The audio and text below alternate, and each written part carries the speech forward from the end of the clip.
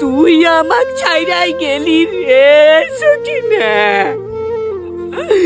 সকিনা তুই আমার গলাটা কাটিয়ে দিয়ে গেলি ভালো রে, তাও কেন ছাইরাই গেলি রে সকিনা? তো কি কমতি দিছিলাম আমি? ডেইলি আড়ানা দামের চকলেট 4টা করে নিয়ে গেছি, তাও তুই সারা গেছিস।